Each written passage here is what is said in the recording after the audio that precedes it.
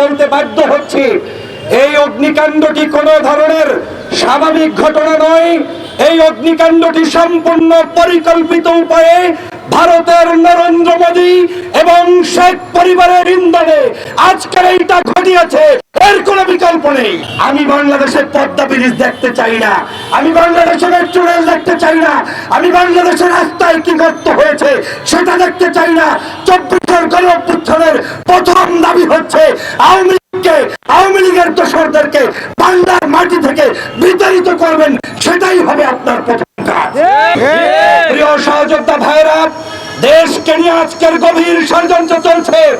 বাংলাদেশের মানচিত্রকে অস্বীকার করে নরেন্দ্র মোদী যখন 16 ডিসেম্বর ফেসবুকে আর তার বিভিন্ন ধরনের মিডিয়াতে পোস্ট করেছে, তখন প্রমাণ হয়েছে বাংলাদেশকে আওয়ামী লীগ যেমন বিশ্বাস করে না, পার্শ্ববর্তী রাষ্ট্রটিও বাংলাদেশ নামক রাষ্ট্রকে বিশ্বাস করে না।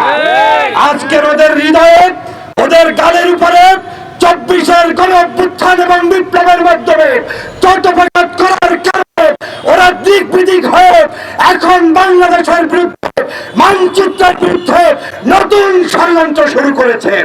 ওরা ষড়যন্ত্র শুরু করেছিল বিভিন্ন বাহিনীর মধ্যে, ষড়যন্ত্র করে তা দাবি দেওয়ার নামে, ডক্টর মোহাম্মদ ইউনূসের বাসভবন ঘেরাওয়ের নামে বিভিন্ন ছুতায় তারা ষড়যন্ত্র করে যখন ব্যর্থ হয়েছে, তখন তারা পরিকল্পিত উপায়ে দুটো জিনিস এখন শুরু করেছে। এক নাম্বার হচ্ছে বাংলাদেশের 24 এই জুলাই বিপ্লবে যেই সহযোদ্ধারা আজকের যুদ্ধ করে স্বাধীন বাংলাদেশের নেতৃত্ব দিয়ে দেশকে গঠন করেছে, তাদেরকে গুম করা, খুন করা, তাদেরকে রক্ত ঝরানো শুরু করেছে। আর দ্বিতীয় কাজটি হচ্ছে গোপনে গোপনে সচিবালয়ে আগুন দেবে, সংসদ ভবনে আগুন দেবে, মন্ত্রীপাড়ায় আগুন দিবে, বিভিন্ন জায়গায় দিবে। কয়েকদিন পরে আপনাদের মতো দেশপ্রেমিক সাংবাদিকদের বাসাবাড়িতে পর্যন্ত আগুন দেবে।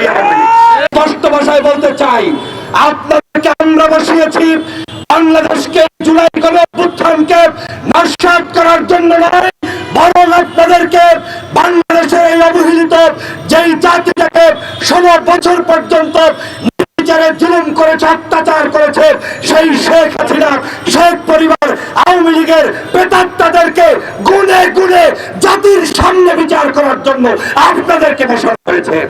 অতএব আমি বাংলাদেশের পদ্মা ব্রিজ দেখতে চাই না, আমি বাংলাদেশের মেট্রো রেল দেখতে চাই না, আমি বাংলাদেশের রাস্তায় কি গর্ত হয়েছে সেটা দেখতে চাই না।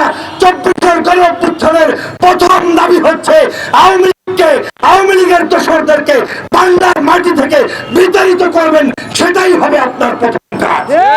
যদি সেটা না করেন, কম্বলের মধ্যে, লেপের মধ্যে সাপ গুজে রেখে তারপরে আপনি ভাববেন যে বাংলাদেশ খুব ভালোভাবে চলবে, সেটা কিন্তু কোনোভাবেই সম্ভব নয়।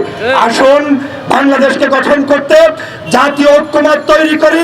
গত 5ই আগস্টের পূর্বে আমার দেশের নায়ক, নায়িকা, শিল্পী, সাহিত্যিক, কবি, আলেম, ওলামা, রাজনৈতিক দল, ডানপন্থী, বামপন্থী ঐক্যবদ্ধভাবে যেভাবে বাংলাদেশকে রক্ষার জন্য হাসিনাকে বিতাড়িত করেছি, আগামী দিনে আওয়ামী লীগের দোসরদেরকে বিতাড়িত করতে ছাত্র, শিক্ষক, সুধী, হিন্দু, মুসলিম, বৌদ্ধ, খ্রিস্টান, বাংলার সমগ্র নাগরিক যারাই আওয়ামী লীগের বিরুদ্ধাচরণ করবে, সবাই মিলে ঐক্যবদ্ধভাবে এই বাংলাদেশকে গঠন করবে ইনশাআল্লাহ, সেই প্রত্যাশা ব্যক্ত করছি।